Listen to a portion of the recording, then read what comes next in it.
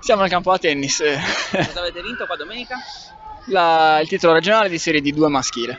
La finale è stata molto sentita da noi, specialmente i giorni prima di giocarla, perché comunque nonostante sia sembrato facile, bisognava giocarla da squadra e vincerla da squadra. Quindi ci siamo allenati bene, l'abbiamo preparata bene ed è stata una partita molto equilibrata, perché loro sono appunto arrivati in finale meritatamente, ma avevano un giocatore che faceva il primo singolare, abbastanza esperto, con il quale tra l'altro Nicola ci aveva già giocato e non aveva vinto qualche anno fa, per cui era una partita da preparare molto importante. È stato molto bravo Nicola, è riuscito a vincerla al terzo set, al tie break del terzo set, dopo aver perso il primo set.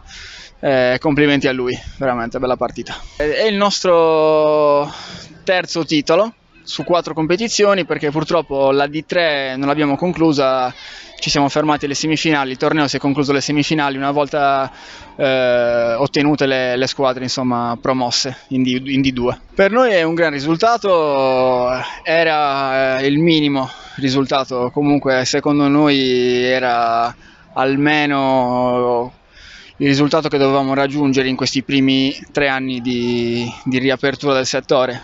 Quando abbiamo creato la squadra era composta da giocatori che hanno giocato la Serie C, che almeno in D1 hanno sempre giocato, per cui l'obiettivo 3 anni fa, quando siamo partiti, era portare la squadra velocemente almeno in Serie D1, e adesso quello che ci resta da fare è far crescere il vivaio, perché se continuiamo così e se dovessimo riuscire a raggiungere la Serie C, dovremo giustamente far giocare un ragazzo del vivaio.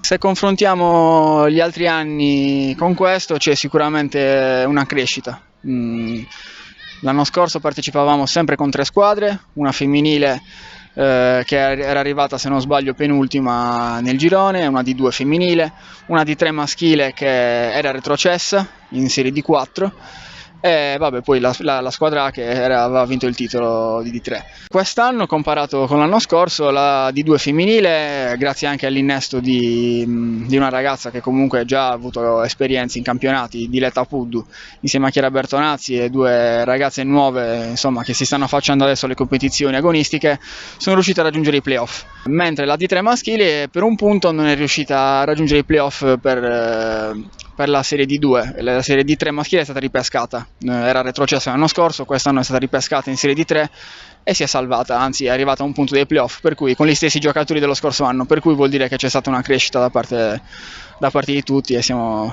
molto contenti. Il settore tennis al CUS è una realtà per tutti, perché stanno giocando i bambini, stanno giocando gli studenti universitari, stanno giocando i giocatori agonisti. Sono contento che è venuto anche qualche giocatore di qualche altro circolo per fare la preparazione atletica. Questo, insomma, ci fa crescere come movimento. Per poter crescere ancora dobbiamo sicuramente adesso massimizzare ottimizzare gli spazi che abbiamo per far giocare tutti e per creare anche la qualità che ci serve per continuare a crescere.